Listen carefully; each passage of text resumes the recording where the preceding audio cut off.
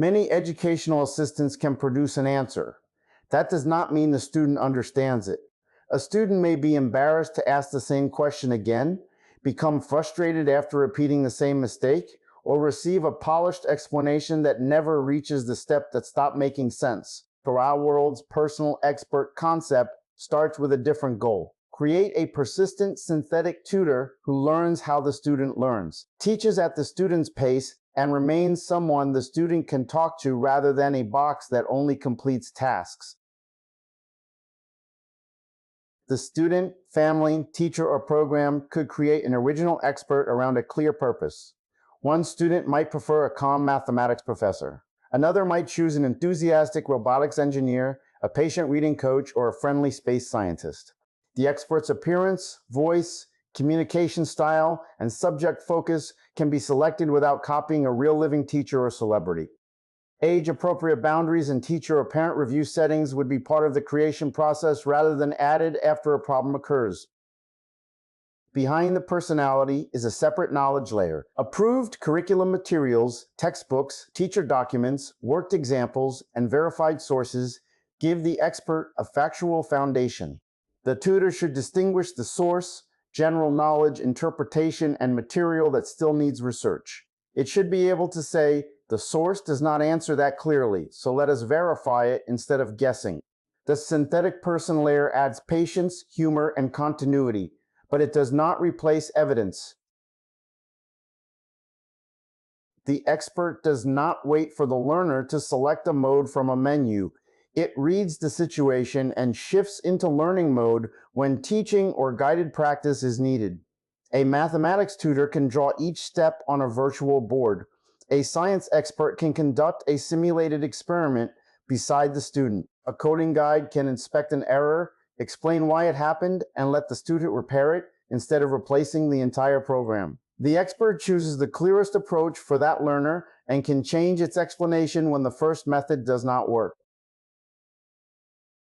The same expert can switch itself into recovery mode when continuing may make learning worse. Repeated errors, growing silence, frustration, or overload can signal that it is time to slow down. It could say, "You seem worn out. We do not have to force this right now. Want to take 10 minutes and talk about something completely different?"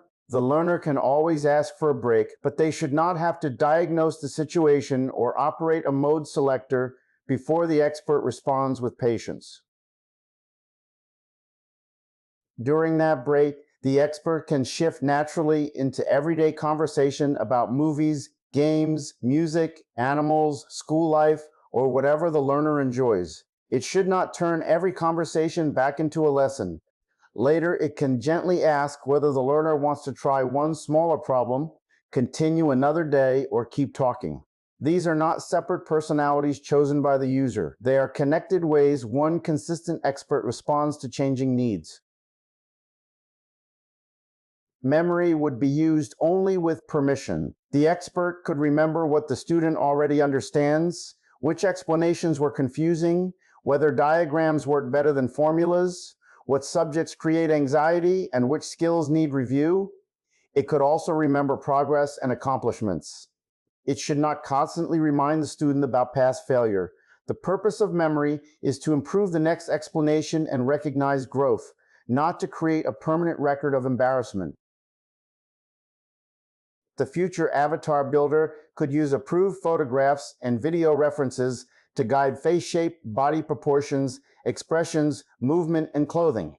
The current avatar builder already has a local workspace for subjects, references, build briefs, and review.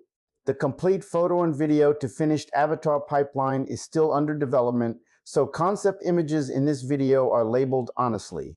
The long-term goal is an expert who can stand beside a board, demonstrate an experiment, and share a consistent virtual space with the learner.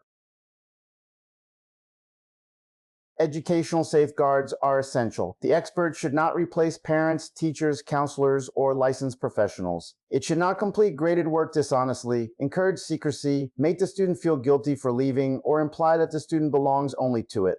Serious safety, health, or school problems should move to an appropriate human. Student data should remain private and separate from advertising. A teacher or parent can review activity and goals where appropriate without turning every personal conversation into public surveillance.